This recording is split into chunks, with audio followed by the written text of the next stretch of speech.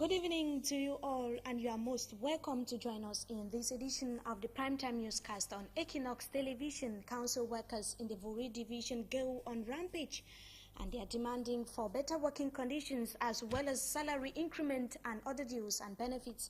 And also in this newscast, we take you to the northwest region of the country where a 90-year-old widow was murdered in cold blood by yet-to-be-identified individuals. And also out of Cameroon, an Islamist group involved in fightings and killings in Mali backs out and is calling for dialogue. The rebel movement says it is putting an end to extremism and terrorism.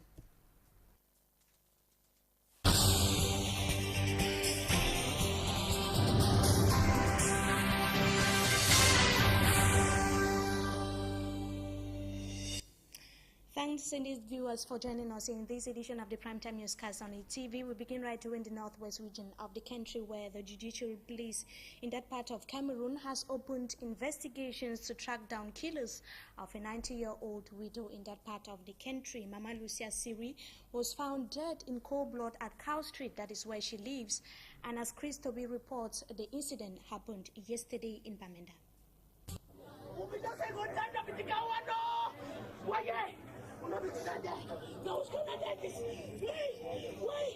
A discovery was made by an 11-year-old boy on his way to school at about 6:30 a.m. That was Wednesday morning.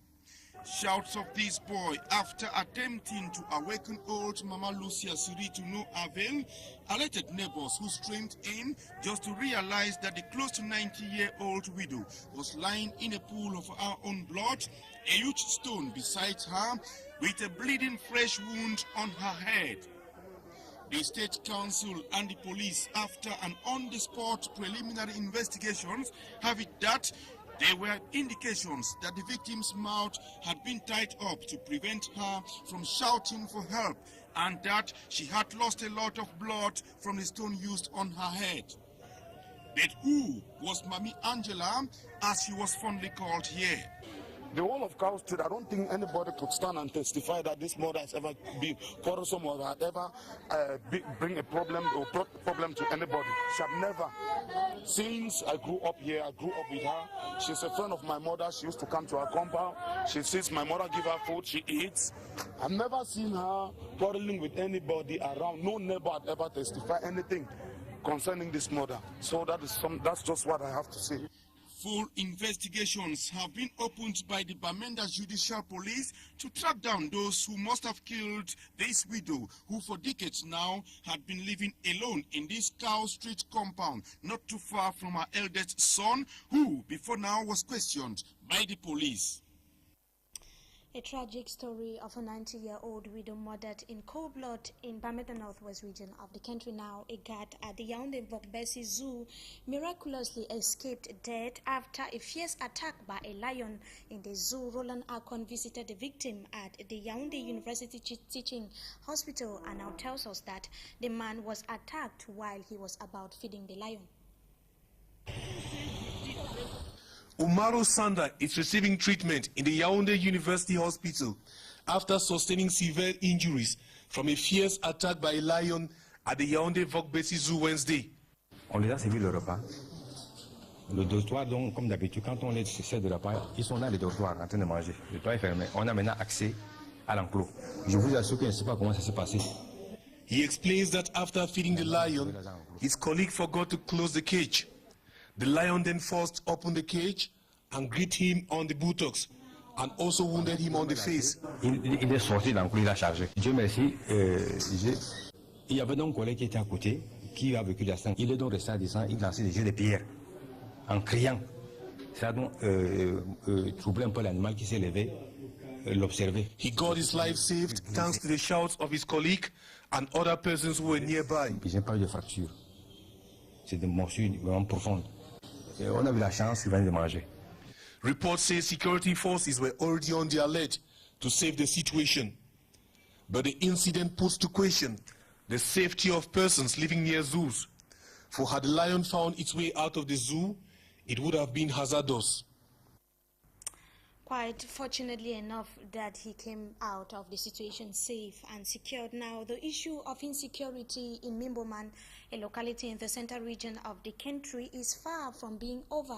Inhabitants are calling on the government to tar their roads, provide water and electricity in the area.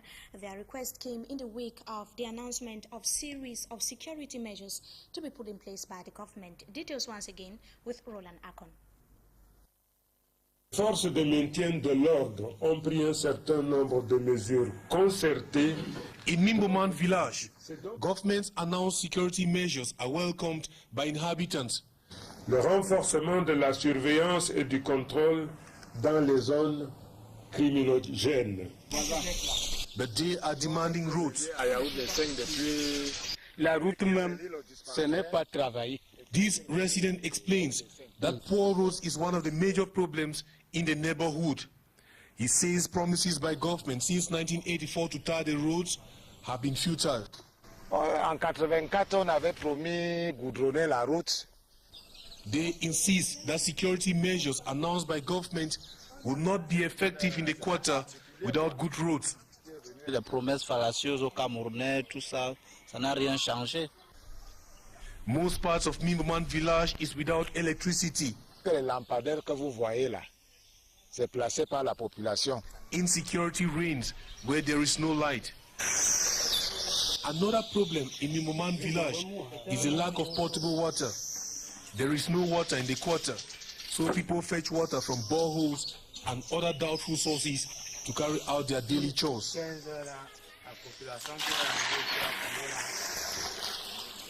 Some inhabitants believe with the rising insecurity, the government should open a police post in the quarter. An elite of Mimboman village has already proposed this building to host the police post if government creates one. Now classes have resumed, though timidly, at College Sokambonge in Konsamba in the littoral region after the students went on rampage, recently disrupting classes. The students complained that they have not been having history and geography classes since the teachers left, and the angry students complain of the absence of working material, especially in the computer laboratory where there are no computers. Meanwhile, the students had all paid 5,000 francs each for computer lessons, and the sub-prefect and security officers descended to the scene or the institution and the disco to bring the situation under control, and the principal has however promised to buy 2 more computers in the computer laboratory and would later redress the other issues. Now here in the economic capital Douala, the DO for the Douala Free has announced a crisis meeting with council officials of that municipality to resolve their problems. They made the announcement after workers of the council protested to demand the payment of salary arrears as well as some social benefits. Ranibel Satawara tells us more in the following report. With placards, the workers at the Douala 3 Council suspended their activities and came out in anger to demand the payment of salary arrears as well as their affiliation to the National Social Insurance Fund. The disgruntled workers said undefined reductions were said to have been made on the council's budget since September 2011 that has cost the workers millions of francs CFA. Le FECOM a coupé 51 millions dans nos CAC. Au troisième trimestre, ils ont coupé 17 millions. Faites donc la différence entre 51 millions, 17 millions, des 197 millions. They said council authorities simply held meetings and adopted resolutions that ended on paper.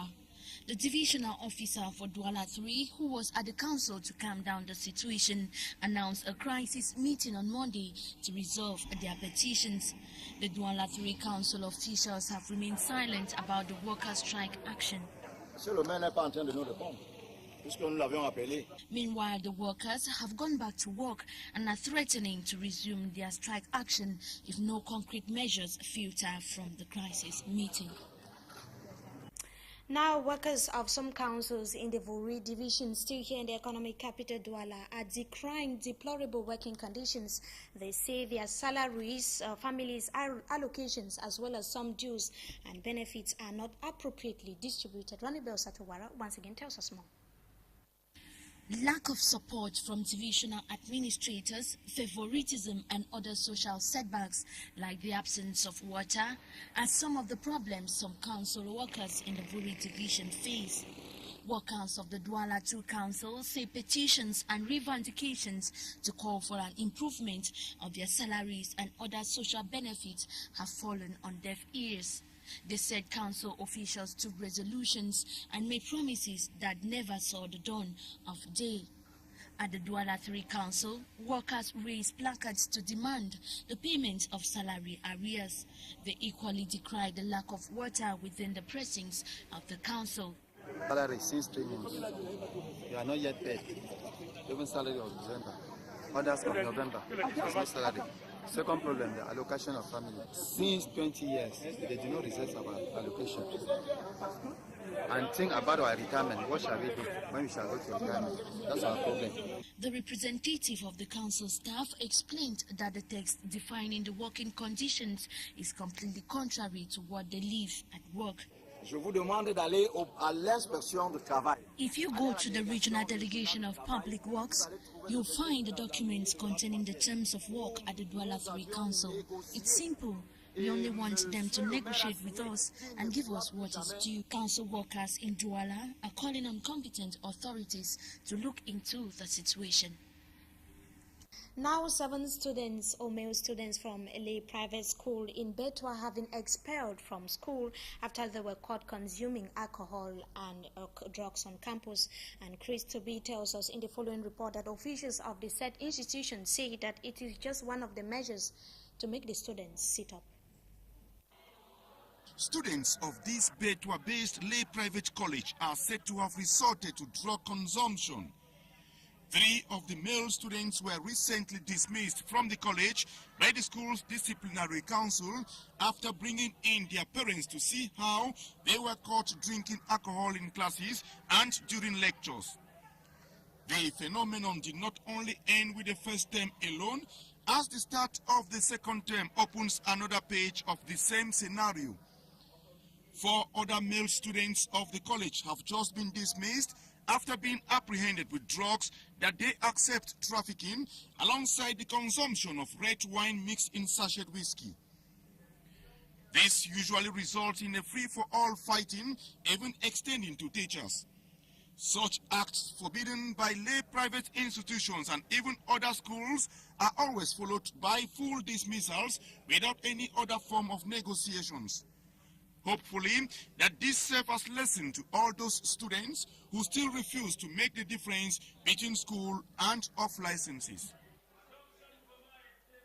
On that note, we take you out of Cameroon, precisely in Mali, where one of the Islamist group fighting in that part of the continent has reportedly split and wants a dialogue. The Islamist movement known as Azawad says it rejects all forms of extremism and terrorism. Meanwhile, an international federation for human rights has revealed that Mali's army has carried out a series of killings, with some simply killed because they had no identity documents, and members of the federation said an independent investigations have been opened.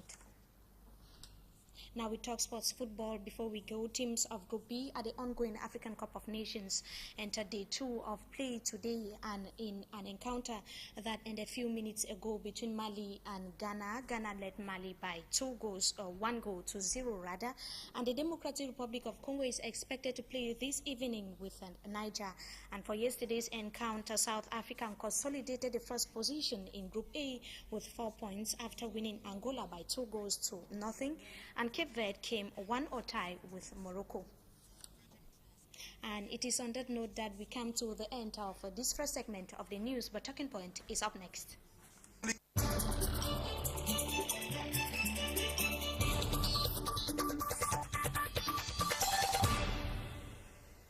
Thank you, viewers, for joining us tonight on Talking Point. Today we are going to be talking about security of passengers on board taxis as well as motorbikes in the city of Douala. We see so many of them on the streets every day, bike riders every day on the street of Douala. And our guest tonight is a Douala resident and also a jurist. Good evening, Mr. Richard Tampo, and thank you so much for joining us. Good evening, Mimo.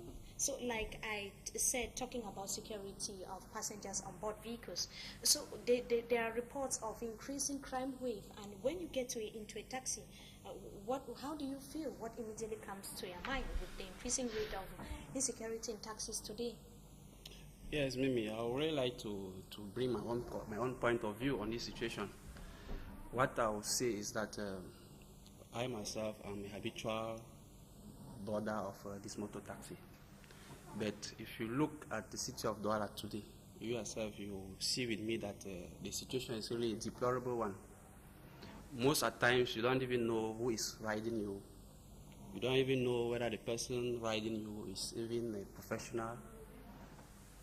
More to that, you yourself, you see the type of environment in which we are, and not even about talking about motor taxis only. Even the taxis themselves. At first, there was an action which was taken by the government to put in place, or an action was taken by the government whereby there was this issue with syndicates where drivers could easily be identified by their badges. But if you try to make a census now, I don't think that half of the taxi drivers which are in town, you can identify them. You cannot identify. You cannot even identify. So what you are saying is that you don't feel secure? No, we don't feel secure. That's why I'm saying the situation is deplorable. You see? Is it deplorable because most of the taxi drivers as well as bike riders do not have identification badges first, and even their driving license are even questionable. Because I don't know of any motor taxi driver who will tell you that he has a driving license. Because I know that motor drivers, I think taxi drivers, motorbike drivers should have at least a category A driving license, but I've never seen a motorbike driver showing me maybe his driving license. I've never seen. What makes you think so? Is there some unprofessionalism that you see at one point that makes you think that at some point in time most of the taxi drivers or bike riders are not professionals? Yes. Are there some lapses you see at First some of all, point? just look at most of our driving schools. You see a person will, if you look around, I cannot know the type of people even, or the number of people who even adhere to this driving school. Most of the times, if you look around fields, you see how people are being trained on how to drive. And the next day, you see those people in the taxi which they are using to carry passengers. Added to that even, this driving license all the times are being bought. People prefer to buy their driving license, keep it in the house, and then maybe go somewhere, learn their driving, because not only that it is expensive, but there is this lack of professionalism. The society is not organized. Everybody thinks that once he's able to handle a car, automatically he can engage into the transportation business and play around with the life of people. So that puts the question, the credibility somehow of some of the driving schools issuing driver's license. Yes, even the administration. Those who have not carried or that they have not gone to a driving school. Yes, even the administration itself should be put in question. How? Yes, because I don't see how a person will be in possession of a driving license without him going to a driving school. How do you explain that? So talking about now insecurity in taxis, why do you think there's a lot of insecurity, especially in the night? When the passenger gets a car or bought a car, you are not even secured. You are getting into a car because there are so many reports of people being harassed in a taxi. That you take a taxi that you are going to you are going to a particular destination, and you get at some point and you are being harassed by the taxi driver and some of his alleged accomplices. Exactly. What explains some of these problems? Yes, Why? to me, if there was a proper identification of these drivers, I think by the time you get into a taxi, you should be able to know who is driving you, maybe from his badges. I think there was one time that the government, together with this driver syndicate, when the action started, there was really some sort of they were really engaged into it. It was hard for you to get into a taxi without seeing the badge of the driver or knowing his name. But now, I bet you that for quite some time, you get into a taxi, you don't know who is driving, and you see, it's funny. It's funny. You as an individual, can you take a taxi that the driver has no identification badge? Or is it because everybody it's already like a habit? You will get into a taxi, you will ask the driver that, where is your badge? He will tell you that either the police have seized it, he will give you an excuse, maybe it's not the driver, because most of these taxis, they have 2 or 3 drivers. He will tell you maybe that I'm not the habitual driver of this car. I'm maybe second-handing. Is that not a problem?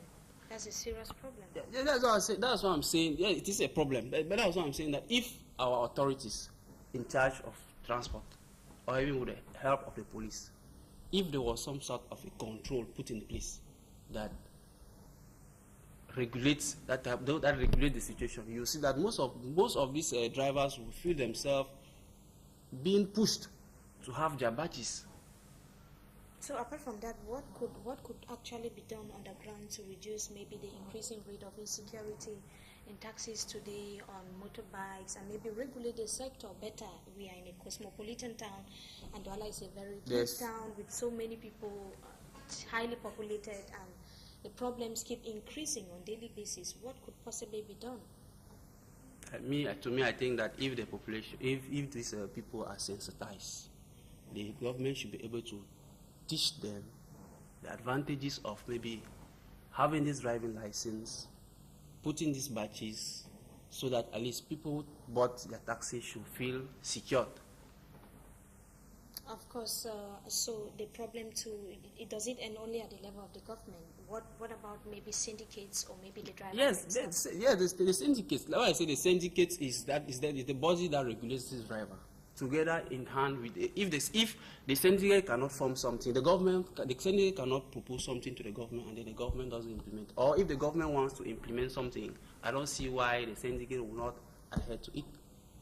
And there are allegations too that it is as a result of these so many problems that there are many accidents too in the city of Douala.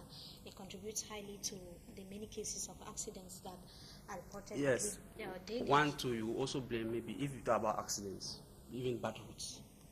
You see, I will not count the number of times that they have arranged the Bonaberi Road, leaving Bonaberi Road, coming to town. They will give markets to unqualified engineers. The roads will not last. The roads, everything. The situation is really deploring. It's really deploring. So bad road is another problem. Yes, bad road is another problem, because if the road is not good, how you, the passenger, will you be secured? Thank you so much, Mr. Richard Tamfu, for joining us tonight. You were coming to talk about maybe securities in taxis, as well as on motorbikes, as well as you are a jurist and you are also a Douala resident. Thank you so much for coming. Okay, the pleasure is all mine. And to you viewers, we thank you so much for watching. We have come to the end of this edition of the Primetime Newscast on ETV. We thank you so much for your keen attention. Have a wonderful stay in the company of our programs. Good evening.